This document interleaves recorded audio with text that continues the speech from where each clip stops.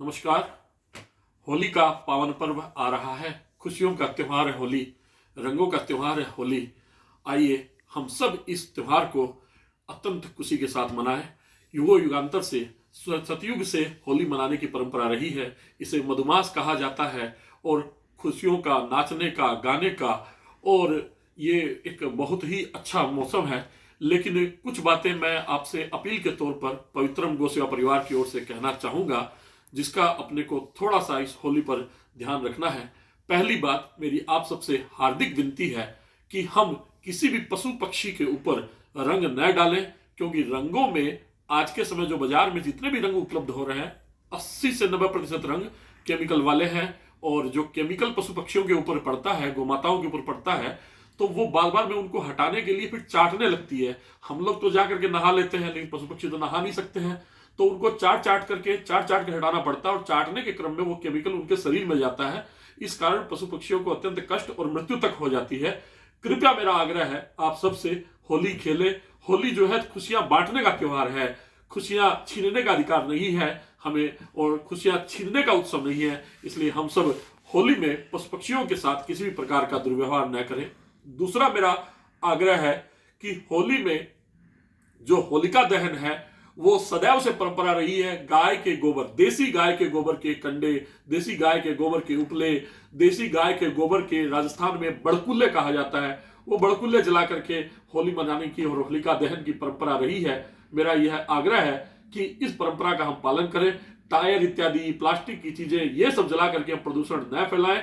होलिका दहन जो होता है वो अत्यंत पवित्र क्रिया है और यज्ञ के समान पवित्र क्रिया है। वो एक तरह का यज्ञ है। हम लोग दिखावे के कारण आजकल उस चीजों को छोड़ दिए हैं। वास्तव में यदि होलिका दहन की यदि ढंग से पूजा की जाती है तो पहले यज्ञ के समान पूजा की जाती है, तब वो होलिका दहन आरंभ होता है। तो ये एक प्रकार का यज्ञ है। इस यज्ञ को अपवित्र वस्तुओं से हम गड़बड़ न करें, गलत न करें। इसी कारण हमें जो सही परिणाम है वो नहीं मिल पाते हमारे धार्मिक कर्मों के। इसलिए होली को पर्यावरण संगत मनाएं। और वो जो देसी गाय के बड़कुलों से मनाते हैं, उसकी जो राख है वो राख भी मिट्टी में मिल करके मिट्टी को क्षारीय बनाने का काम करती है। जल में मिलती है तो जल को क्षारीय बनाने का काम करती है। इसलिए मेरा आपसे आग्रह है, कर जोड़ आग्रह है कि केवल और केवल देसी गाय के गोबर के उपले ही हम लोग उसमें जलाने का प्रयास करें। और तीसरा मेरा एक आग्रह है सबसे कि हम यथासंभव हो सके तो केमिकल के रंगों का प्रयोग कम से कम करें। जिनके ऊपर हम रंग डाल रहे हैं वो हमारे स्नेही हैं, वो हमारे स्वजन हैं, वो हमारे प्रिय हैं, वो हमारे आत्मीय हैं, वो हमारे भाई हैं, वो हमारे बंधु हैं, हमारे भाभी हैं, हमारी बहन है। जिनके ऊपर हम रंग डाल रहे हैं उनके ऊपर हम केमिकल रंग डाल करके ये कैसा घोर पाप हम कर रहे हैं। होली के दिन या होली में पहले पुष्पों को सुखाया जाता था भारत में, और फूलों के पाउडर से होली खेलने की परंपरा थी, फूलों से होली खेलने की परंपरा थी, टेसू के पाउडर से होली खेलने की परंपरा थी। उन परंपराओं के माध्यम से शरीर को हमें अत्यंत प्रकार का लाभ होता था, चर्म रोगों से मुक्ति मिलती थी। और हमने अपनी परंपराओं को निभाना छोड़ दिया, और हम जहां हमारी सारी परंपराएं आरोग्य के लिए थी और अब हम आरोग्य के विपरीत चल रहे हैं। और ये केमिकल वाली जो होली है ये हमें महीनों तक कष्ट प्रदान करती है, महीनों तक चर्म रोगों को का कष्ट हमें प्रदान करती है। हमें हमारे त्योहारों को यदि मूल रूप में हम मनाने लगे, हम सही अर्थ में मनाने लगे, तो ये जो लोग बोलते हैं कि होली में रंग मत बर्बाद करिए, ये मत बर्बाद करिए, उनके सबके मुंह चुप हो जाएंगे। लेकिन हम भी क्या है कि गलत तरीके से अपने त्योहारों को हम मनाने लगे।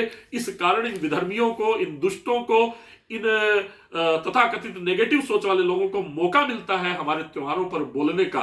तो हम होली पर यथासंभव फूलों का, आजकल विभिन्न स्टार्च का प्रयोग होता है, मकई का स्टार्च, गेहूं की स्टार्च का प्रयोग, उसमें थोड़ा रंग मिला करके या फिर अरारोट मिला करके, गोबर के साथ, मुल्तानी मिट्टी के साथ विभिन्न प्रकार की क्रियाएं। मैं इस पर एक अलग से वीडियो आपको डालूंगा कि कैसे रंग बनाए जाएं हर्बल तरीके से। और अगले वर्ष, इस वर्ष तो समय काफी कम बचा है, आप लोग पहले से इन रंगों को बनाने का प्रयास कीजिएगा। हम अपने प्रत्येक त्योहार को भारतीय विधि से, वैज्ञानिक विधि से, वैदिक विधि से मनाना चालू करें तो उसका लाभ हमारे पूरे परिवार को, हमारे समाज को, हमारे राष्ट्र को मिलेगा।